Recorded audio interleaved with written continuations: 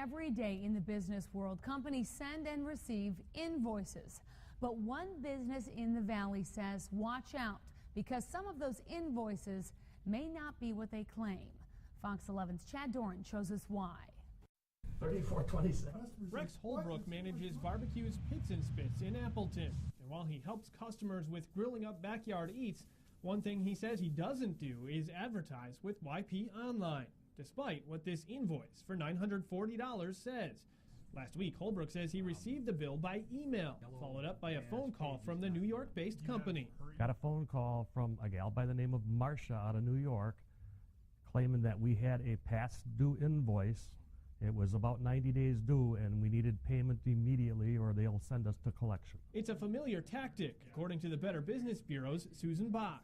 It's terrible business sales practices. I mean, it's misrepresentation. Bach says the Better Business Bureau has more than 300 companies registered nationwide that use the Yellow Pages name.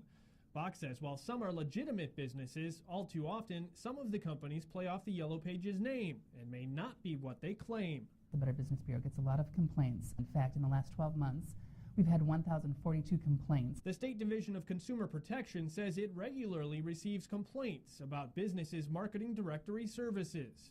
There are legitimate business directory services, but they would not charge you for something you didn't order. Holbrook says he hasn't paid the bill and has filed a complaint with the Federal Trade Commission. We tried to contact YP Online ourselves, but our calls and emails for comment were not returned. The company has an F rating with the Better Business Bureau. Holbrook says he isn't surprised and wants other businesses to be aware. They prey on small businesses, they prey on nonprofits, they prey on churches, anybody that they think they can scare into paying these bills. And I just want to warn businesses and churches and everything out there. In Appleton, Chad Doran, Fox 11 News. The Federal Trade Commission investigated a series of complaints against similar businesses last year.